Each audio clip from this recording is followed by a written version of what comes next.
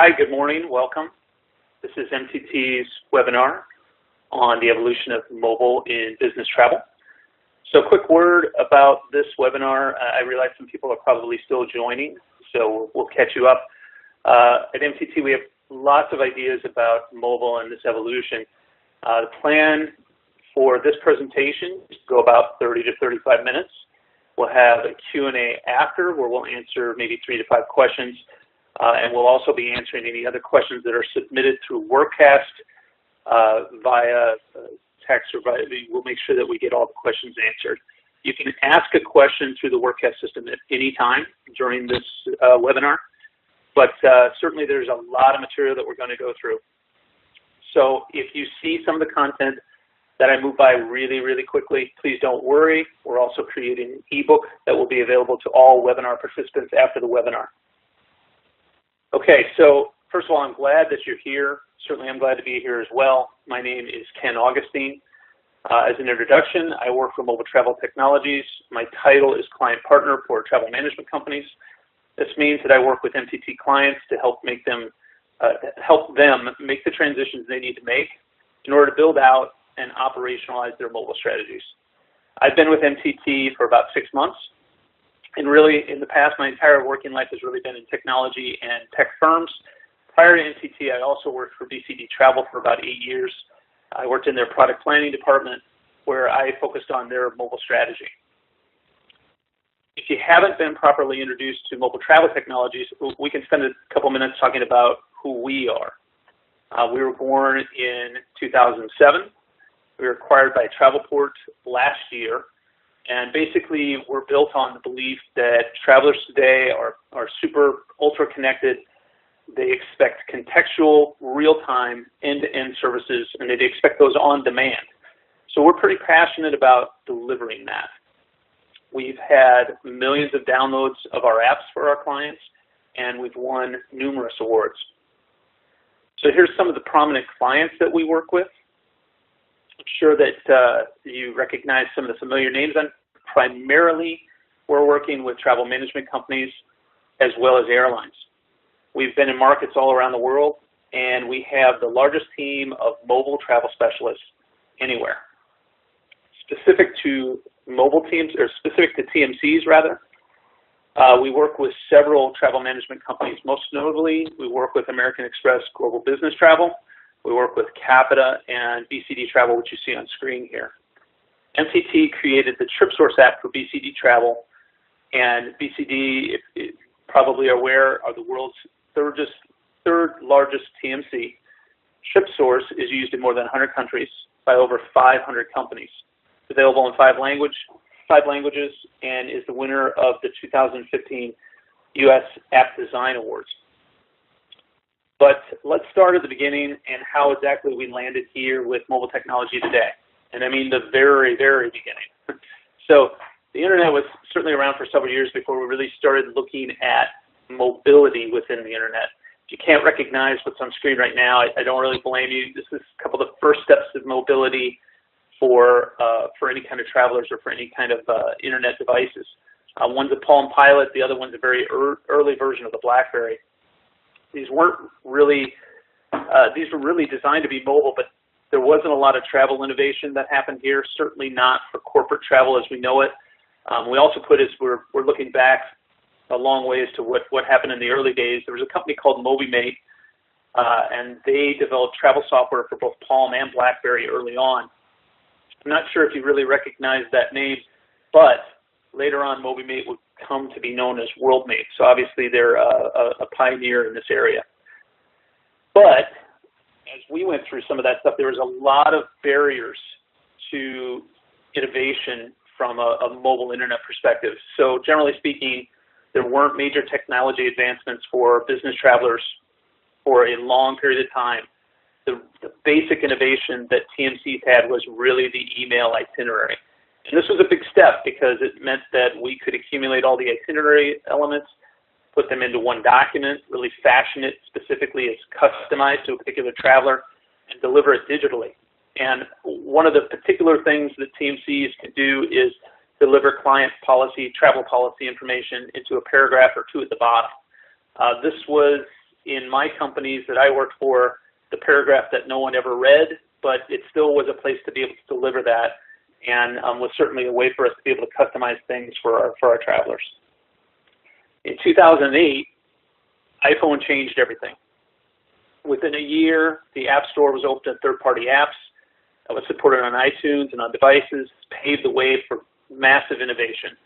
And the advancement that the iPhone made in usability, combined with how easily it used mobile internet and third parties creating apps, it was really a very disruptive force. And what that meant was the pace of innovation increased really exponentially. Many developers had very ambitious ideas and very clever ideas about where they could disrupt things, where they could make things much easier for travelers. So the travel category quickly kind of became the biggest category in the App Store. And there was lots of products that looked for their own niche, everything from itinerary services, currency conversion, international call saving, translation, airport guidance. This really is where the big challenge started happening for travel programs and for TMCs as well. Because overnight, travelers had more utility at their fingertips than any travel manager could give them. And that struck at the credibility of travel managers. This was in a very short period of time that suddenly all the expertise was in the hands of your road warrior. TMCs and travel managers were stuck with figuring out how they were going to respond to this and where they might look to add value again. So let's look to today. Today's trends are really about, in terms of the cross-section of corporate travel and mobile tech, what we're seeing at MTT, we're seeing a lot of advanced investment into removing friction. So that means looking at advanced user experience design, advanced personalization, down to an individual traveler level, and mobile payment technologies. There's a lot of effort also being put into supporting multiple platforms like wearable tech, and making sure that there's tremendous consistency between those platforms. You hear omni-channel a lot right now. There's an absolute ton of attention being paid to virtual agents and bots. And if you're like me, you're seeing all the publicity that goes into all of that right now. There's a lot of press. And then finally, over the last 12 to 18 months, you're seeing a renewed interest in duty of care for business travelers, and an ability to use this kind of mobile communication platform to provide even the most basic wellness updates in those areas where there's been terrorism, extreme weather, or any other catastrophic local event. So one thing about that, though, that we have to be very clear about is there's a challenge in looking at just the latest trends. So mobile travel is not really, it's more than just a race to try and get the latest functionality. Everybody who's out there, whether you're a provider or an actual traveler, everyone has an itinerary app or some other travel app. And it can't be just about shoehorning the latest feature into a basic app, because it just doesn't work. We need to think about a way to create moments for travelers. And what matters right now is how you achieve those moments. What we've seen is there's an evolution to create those moments for TMCs. And we're going to talk about that evolution, and we're going to talk about where you as a TMC might see yourself within that evolution. So the concept of this came from MTT working with TMCs and working with airlines over the past several years. We've navigated these customers of ours through their evolution. We've recognized what that looks like to them. And what's clear to us is that it's not the same for everyone. Every TMC, every airline, whoever has its own focus on a number of different items, from their own relevance to their brand to their operational cost savings, how they feel about innovation, and of course, where revenue comes into play. So what we're going to talk about today are all items that we have worked on for clients or that we're currently working on for clients in various stages of development. When we go through this, there's a number, we're going to be talking about what we're describing as pillars that build up the mobile evolution of business travel and the evolution that a TMC goes through. So we'll talk about each one of them shortly, but as we go through them, it's really important to understand that the path that you go through them to acquire this for your digital strategy is not linear. Any organization will take their own path, and that's going to be based on whatever priorities they may have. Some choose to take on full solutions within an individual pillar immediately. Others will tend to kind of build up from the ground over several years. If being market leading is the aim, though, then organizations need to strive to complete each pillar. That's what really creates a digital brand. So here's an example of the solution or of the evolution. The key word in here is that the lists in this space are really not meant to be exhaustive. They're just examples. They're elements that would fill each. They're not really elements that would completely fill each stage, but to really kind of be descriptive as what this might look like for you. And as we notice, we'll go through this, that it's possible to see some items on the list be applicable to actually more than one pillar. Additionally, it's really critical to think of this as constantly changing. So the bar for market leading in any of these areas is going to continually rise over time. But let's describe them really quick. So moving from left to right, we have a foundation pillar. This is really about TMCs, minimum requirements for getting into mobile applications in the digital space. And this mostly is revolving today around basic itinerary services. We have a revenue pillar, which is about an ability for us to provide revenue through the app or through the digital space and provide that return on investment. We have a pillar that's all about acquisition and engagement and choosing feature sets that are basically going to make travelers attracted to the application and want to stay there. And then we have a pillar called Owning the Traveler, and this is where we pay special attention to features that can be harmonized with or actually even enhance the services that your travel agents can provide. And then finally, we have a pillar that's considered to be mobile first. And TMCs will consider to be in this area when they are able to serve new travel utility completely based on one innovation is available within mobile and the digital space. So let's go through these. So first, to talk about the foundation pillar. Again, this is something that we consider the price of entry for TMCs, because getting this stage wrong means that all the investment that you put into mobile is completely wasted. There are minimum expectations that business travelers have today, and the feature list of those expectations is growing. So this is also, this is challenging enough already, but the other elements of it that you really need to consider is excellent design work. And it goes without saying that users expect your service to work as an app on the device that they want to use. So this comes with a lot of fundamental questions. For example, how do you know where to develop to first or where to develop to primarily? Some decisions still tend to be made around this just on cost, and that's fairly unfortunate because that's where mistakes can be made. We need to pay special attention to where users like to spend their time, whether you need offline functionality, how you maintain meaningful touch points with your users, and how quickly you need functionality in the marketplace, all in addition to cost, which is, of course, an important part of it.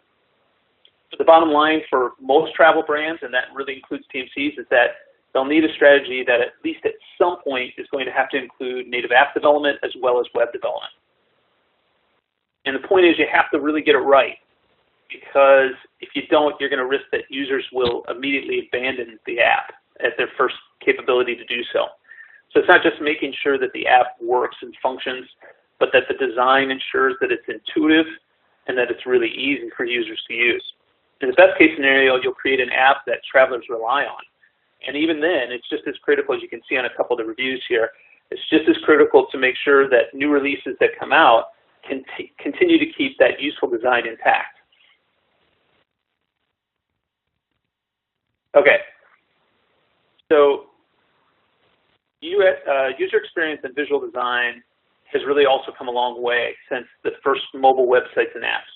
So you might remember when you first started using your iPhone that there were some apps or some web forms that were designed for mobile that they looked like a web form that was just translated into mobile. It was pretty ugly. You can see that to the left here. And it wasn't very intuitive. Even when that evolved to something better, we were often stuck with apps that looked like web pages with a bunch of categories that we were drilling down into. And that's not creating the experience that we really need to create for travelers. Every new handset now, however, though, it's trying to make a screen resolution or camera that's more visually stunning. So we have to take advantage of some of those things and make the user experience seamless. That'll win your customers over. And you can see something a little bit more on the right that caters to that. From a TMC point of view, it shouldn't be any surprise. The itineraries where it all comes together. This is where we have the ability to use our services as TMC to customize travel experience for ultimately the people who use our service. And when we're able to do a nice visually stunning application that presents an itinerary, it's a huge advancement over what we were able to do in the past with itinerary emails. So the visual beauty, user experience design, and all the information required for the journey is what's most important. And this should be done in a way that transfers itinerary to the app as easily as it possibly can. So remember, it's a minimum expectation because there's a lot of apps in the app stores that serve itineraries. So the bar is continually being moved higher. The next pillar that we can talk about quickly is revenue. And of course, this is the one that everybody here has been really waiting for, right? So how do we make money in the app? Because we know it's a big investment. Revenue in your digital strategy has to mean multiple things. It has to be about how TMCs can differentiate and provide stickiness for their clients, how to get more bookings overall, how to decrease abandon rates, how to maximize your commission, all while supporting all the tenets of the corporate travel policy. So we know that there's a really big challenge here, but there's also quite a lot of opportunity as we go through it. So if you still need some sort of statistic that says that bookings are real in the mobile channel, just keep in mind that a quarter of all corporate bookings next year will be made by mobile. So that's a big amount, and that's going to continue to grow. One place that we see that you can start, it's a really good place to start, is places that speak to your travel buyer. In this case, an ability for the travel program to push messaging to travelers at the right time with the right message can be critical to cost savings. It can be critical to making sure that policies are adhered to, that there's risk avoidance, and certainly that we're putting the travel manager back into a position where they have some credibility, as this is seen as coming from the travel manager in this point. Because we can configure these so that the message goes only to the right traveler and only when they need it, it has a significantly better chance of being converted into action than we've had in the past when we had itinerary emails with paragraphs at the bottom. With real savings on the line, this is something that corporates pay for. But as we get into further self-service purchase options, there's more attention that we put into reducing friction. And what that means is we need to put a lot of effort into how booking flow looks. Currently, the best apps that are out there that do this do a brilliant job of reducing the steps that have to be taken for any decision process when you're deciding what property to book at or what flight to take. So to be market leading, you need a little bit of an ability to be predictive about what your user is going to look for. And you need to assume the payment methods they're going to use as well. So this means that over time, integrating traveler profiles, having client-specific configurations, they're really critical to the process. And of course, ensuring this gets booked into your normal operations process is pretty mandatory. We'll cover that a little bit later as well. So one of the next steps that business travel needs to take then to take it to the next level is higher levels of personalization through the buying process. That can be as simple as recognizing that a traveler prefers the same car, same hotel, and the same flights for a repeat trip.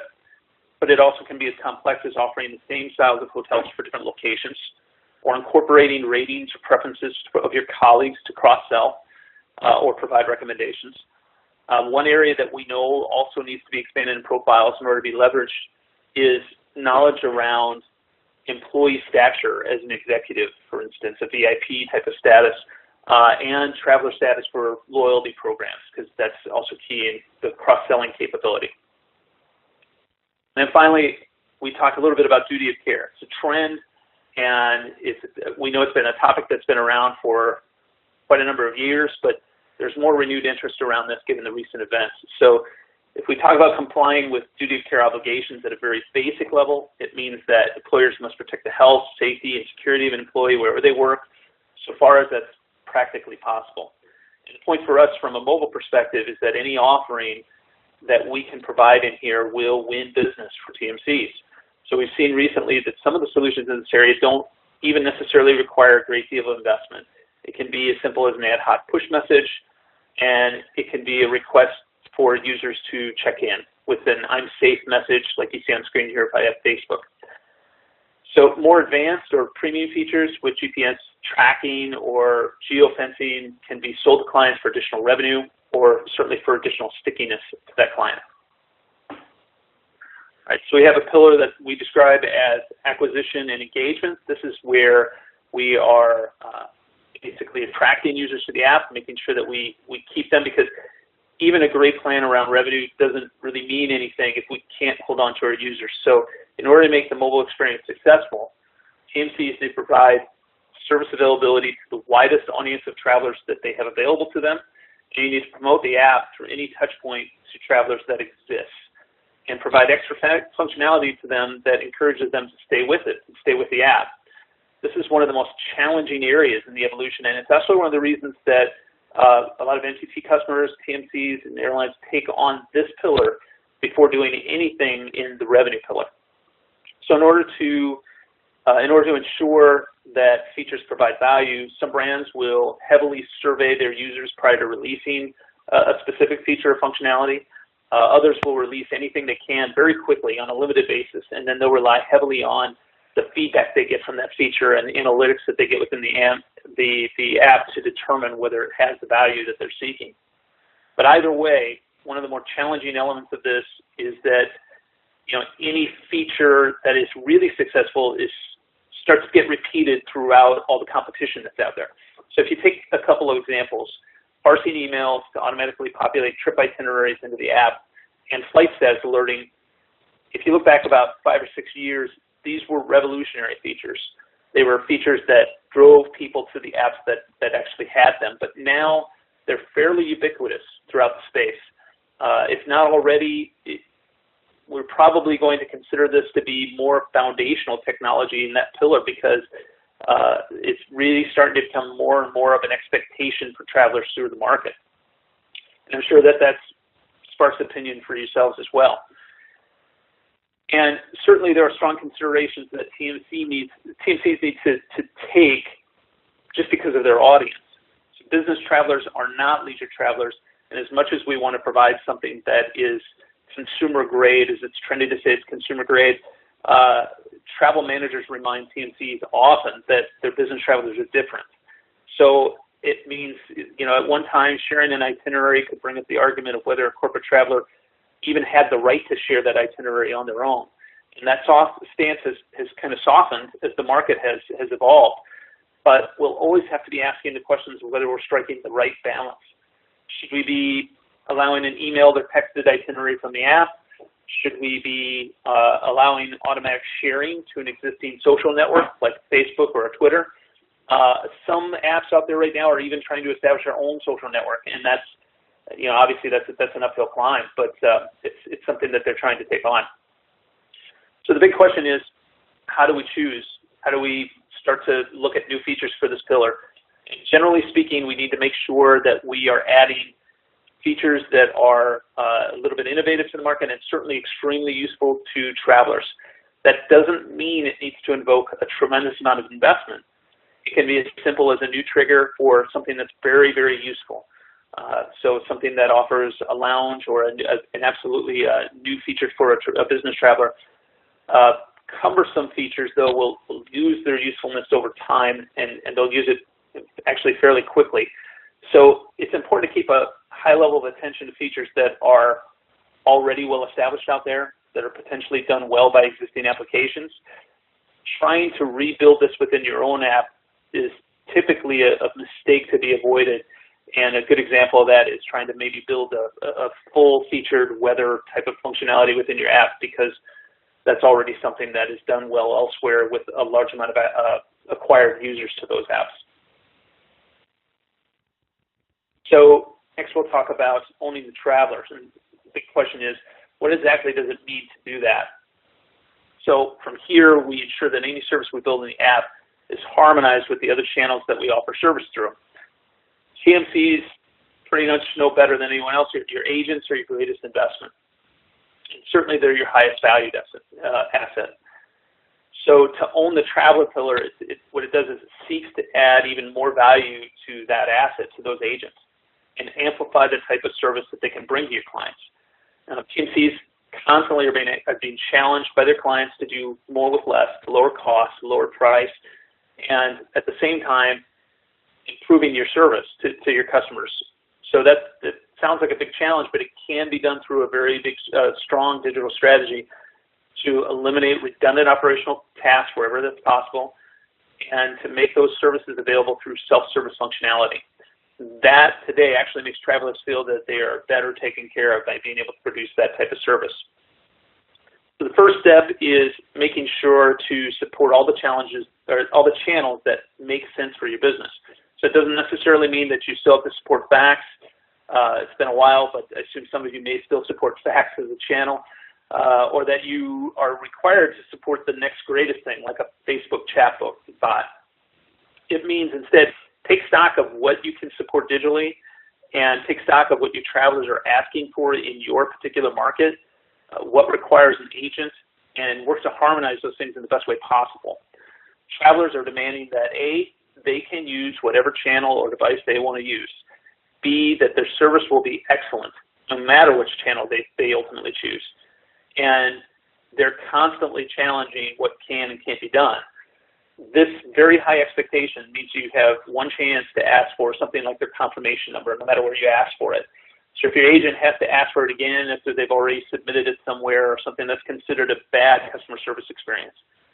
So we know travel is really complicated. But what you see on screen is something that we've traditionally described as something that can only be serviced by agents. And these are exactly what the things that we need to challenge ourselves to start to put into self-service features. Because given the option, travelers would much rather have an ability to choose a new flight on their mobile device than wait in a very long line at the counter or be on the phone for 45 minutes. So, of course, the Delta app has done this very, very well. We know we can't push out everything to the mobile app because agents, frankly, they're a traveler's hero, and they know they always will be a traveler's hero when that traveler is stuck somewhere. But travelers also demand innovative features that land on their device and allow them to help themselves. And of course, when you do that, that self-service also saves us operational costs. So we talked earlier a little bit about press attention that bots and virtual agents are getting, and they could take owning the traveler to the next level. By using and expanding some logic around parsing text, around searching suppliers, providing rich content, business travelers can take part in a really great travel experience. Better yet, it still reduces agent costs while selling more for TMCs. Logic can be used to cross-sell to your travelers, to upsell them, to remind them that they need to make their plans, and it's time to actually book, and they can get smarter over time about how to bias the selling of that content that's strategic for a TMC. So if you execute this really well, you can really have a market-leading app in this space. Okay, so finally, let's talk about the mobile-first pillar. The TMC can boast being above all of their peers in this category only once they've truly done the paradigm shift to take advantage of digital opportunities. So this means that the innovation in mobile services can actually lead the rest of the organization's service initiatives. TMCs that make this leap can be the technology provider of choice for their clients. In the past, this is something they've really had to outsource for. So let's go through some examples.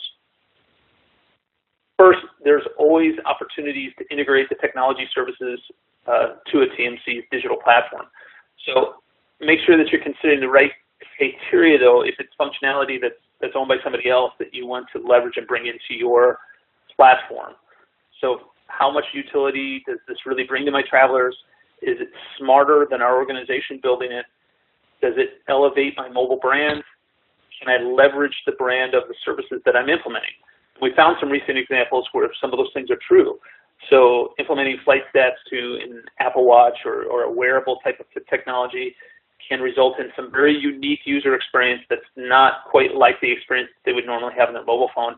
And likewise, we've seen that some smart integration of Uber, particularly in this case of the Hilton app, has really boosted the profile of both brands, and it's unveiled some additional utility around the functionality that they were able to combine together.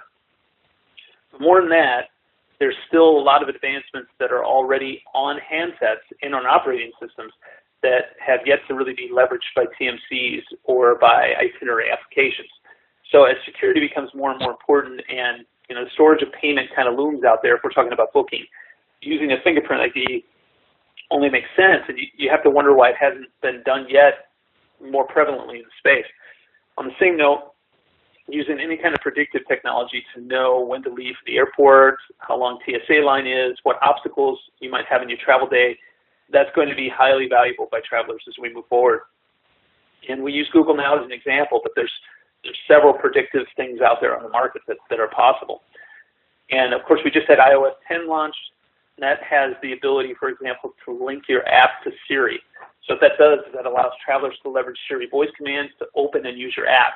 I know there's some discussion even just this morning that there have been some execution problems there, but the overall point is that mobile apps in the travel space have been a little bit behind in leveraging items like this to add utility into what they can do. And that leaves open a lot of opportunity to really be able to differentiate. TMCs need to consider what unique innovation you can get you additional users as well. So while you need to leverage your own touch points with travelers to promote the app directly, nothing gives you the promotion that the App Store and the Play Store can give you. Apple and Google specifically are looking for mobile apps that are leveraging some new functionality that they put out. And at MTT, our airline and TMC apps have reached #1 spot in the App Store travel category over 95 times to date, and they've been prominently promoted in the App Stores over 700 times in the last 2 years. This type of promotion, you really can't buy it. It's only earned when you launch a great app. You have fantastic design, you have great features, you have user experience that can achieve significant downloads, positive reviews, and that leverages some of that new technology that we're talking about. So Apple Wallet, iWatch, fingerprint ID, 3D touch, all of those sorts of things. As TMCs start to implement a payment feature, they're going to need to find ways to make sure that taking payment for any booking is super, super easy with the fewest actions possible to confirm payment. And one of the best ones that are out there right now is Hotel Tonight as an app. Successful TMCs can take a page from what they do, have user profiles tied in to payment profiles, and allow the app to store new credit cards, allow them to integrate to Apple Pay or Google Pay. And it will need to be clear as we move into that. It will need to be clear to users how to change their payment options, how to change their profile, their travel profile traditionally. And if it can't be done from the app, then it needs to be very painless and easily understood how it can be and where it can be. And one next step that we need to take in this area as well is virtual cards. So virtual cards and getting them implemented within mobile services for booking is a step that can be taken for someone to take a clear market leader position within TMC mobile services. Okay, so clearly there's a lot to summarize. In short, overall at MTT, we think TMCs really need to continually rethink and push the boundaries in the name of the traveler experience. But the most important thing that TMCs can do to move forward in this type of mentality is to spend time considering whether you believe that these are the right functionalities within these pillars for your business and for your market, and take some time to figure out where you believe you stand within each of these pillars and how you continue to improve in each one in your challenge to be a market leader yourself. So if you can use that approach in speaking to your executives or speaking to whoever you might need to appropriately with your internal stakeholders, you're much, much likelier to succeed. I think some people ask me, okay, great, so where do other mobile apps sit within this evolution? And TMCs and itinerary apps, they generally take the shape of what you see on screen here in terms of where they sit. Most of them have figured out what it takes to build the right foundation. They put plenty of investment into how to acquire users, how to keep users. Some have features around booking that are available that are usually limited, but generally speaking, there are a lot of opportunities in that space to differentiate. There's a great deal of functionality that still needs to be invested in owning the traveler and leveraging agent expertise, and no one really is taking a good mobile-first position with any kind of momentum. So we feel very strongly at MTT that it's tough to differentiate with the set of features that exist in the apps today in the market, but there is going to be clear winners here that emerge as different players in this market figure out how to take on the complexities of booking, and as they add technology that brings forward new innovation and new innovative value. These are areas which we, MTT, we're working extremely hard for our clients. Okay, so time for a poll. Question for you is, where are you today? Where do you feel that you are in your evolution? What's most important to you? There's no right answer, but we just love to get your feedback. I'd ask that you look at what 2 or 3 pillars represent your top priority for where you feel you need to innovate within the next 6 months. And I suspect that you'll feel pretty strongly that it's more than one pillar at this point. We're going to give just a 30 to 60 seconds to get some answers.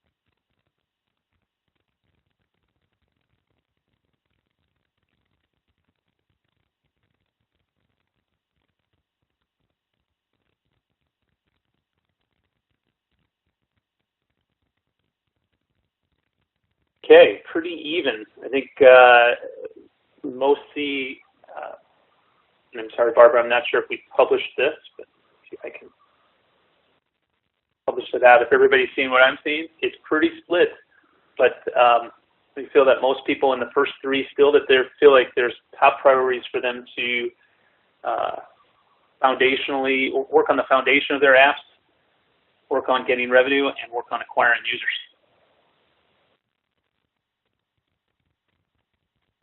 I think that it's important over time, as we talked about, to continually revisit this as well.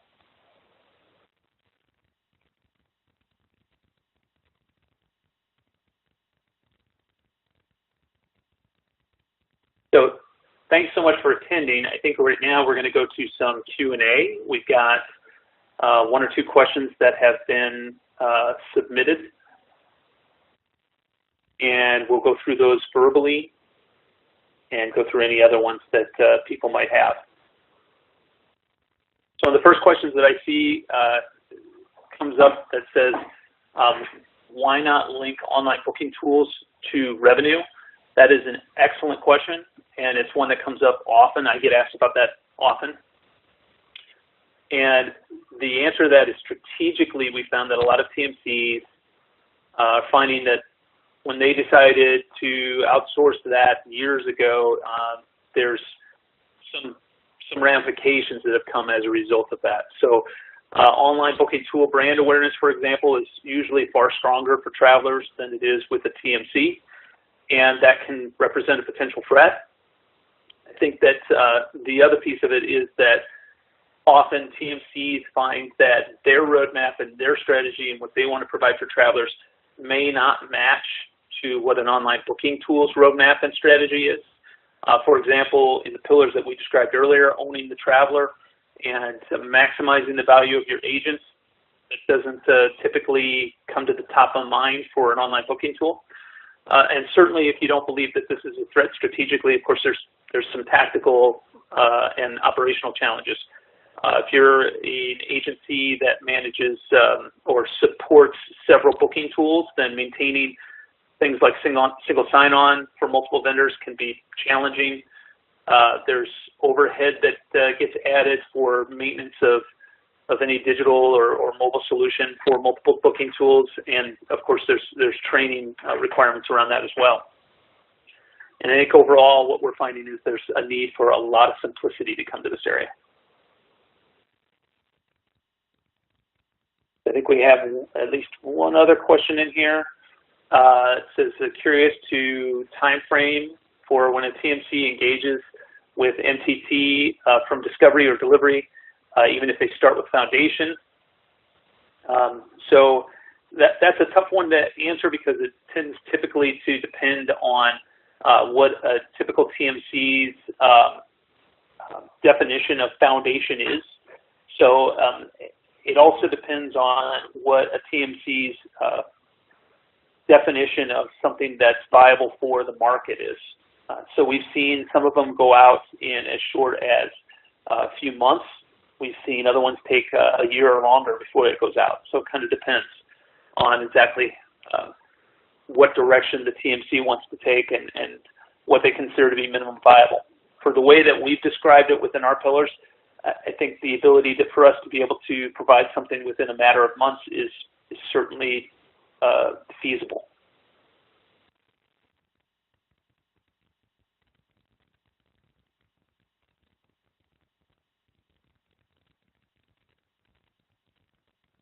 Okay, and I don't see any other questions that have been asked to this point.